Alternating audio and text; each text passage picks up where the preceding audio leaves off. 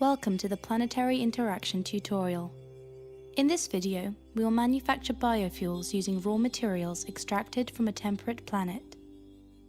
In order to do so, we will need to learn how to create a colony, manage the supply chain, and move our produced commodities from the planet. The function of a planetary colony is to supply resources that are valuable to the pilots of New Eden. Multiple colonies can be established to produce increasingly advanced and more profitable goods. Before you begin colonizing a planet, you will need to have a command center in your ship's cargo hold. Command centers can be purchased from the market in most regions. You'll also need some ISK to pay for construction and planetary customs tax. You will also need to train the remote sensing skill in order to scan for a suitable location on a planet. This skill can be purchased from the market in most regions and is also available as a mission reward during the tutorial process. Now that we have a temperate command center in our cargo hold, we need to find a suitable temperate planet to colonize. Command centers are specific to different planetary environments.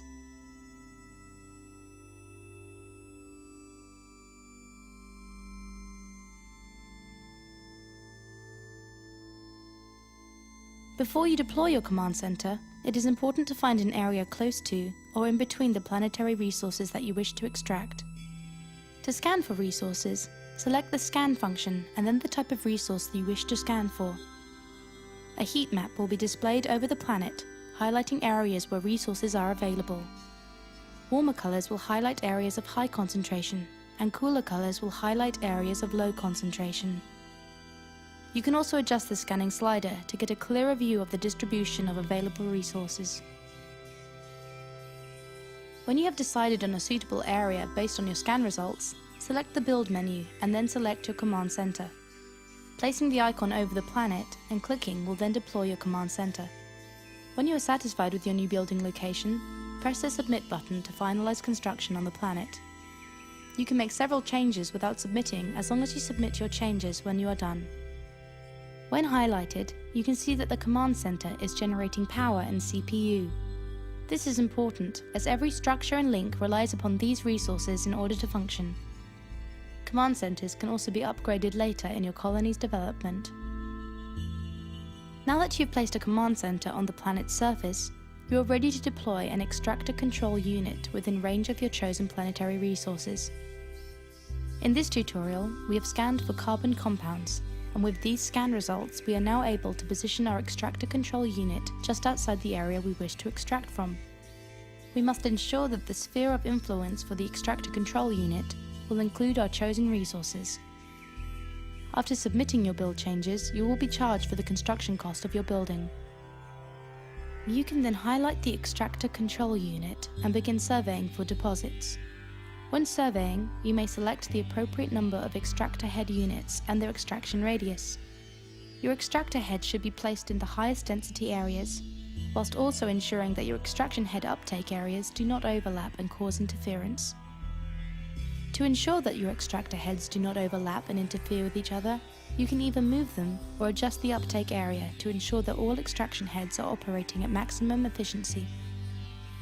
Once you have chosen the program duration and are satisfied with the deployment of your extractor heads, you can activate the extraction program you have designed. As you can see from the extraction cycle graph, the longer you extract from the same site, the less you will typically gain per cycle. Therefore, it is important to adjust your extractor heads over time in order to ensure you do not deplete the selected deposit. Be aware that planetary resources deplete faster if a greater number of players harvest in proximity to your own. However, resources do regenerate slowly over time. Now that you're extracting resources, it's time to learn how to manufacture raw materials into valuable commodities. Simply deploy a basic industry facility between your extractor and your command center and submit your build changes. When you highlight your factory, you will now be able to select a schematic for production. In this tutorial, we plan to process our carbon compounds into biofuels. Before we can begin production, we need to link our biofuels factory to a carbon compounds extractor. It is advisable to link from your extractor control unit to a storage unit, in this case the command center. and from there to the processor so that no resources are wasted. To do this, highlight a structure you want to link and select the Create Link icon, or right-click on a structure and Create Link.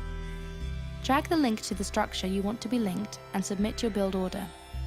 Note that links also require power grid and CPU, so it's best to make sure your structures aren't too far away and wasting command center resources. Once the structures are linked, you need to route commodities between them. To do this, highlight the output structure and select Products. Here you can select the quantity of product, often the maximum value. With the output structure highlighted, click Create a Route and click on the destination.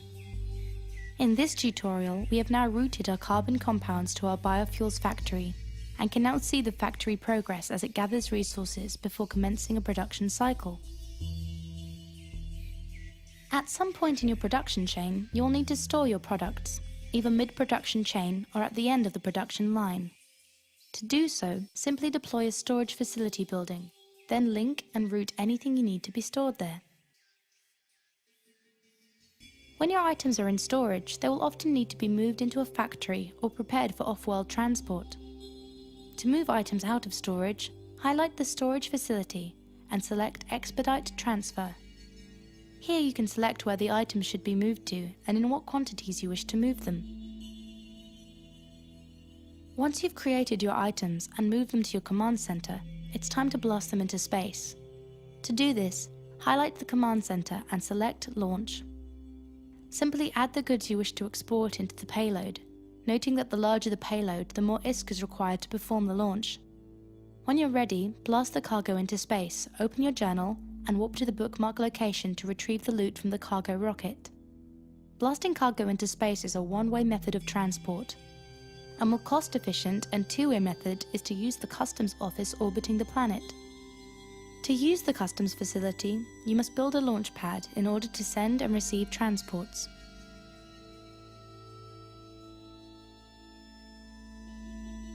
You can also monitor your planet colonies remotely, using the Science and Industry tab when you have trained the appropriate skill levels, depending on your distance from the planets. So concludes this tutorial on planetary interaction.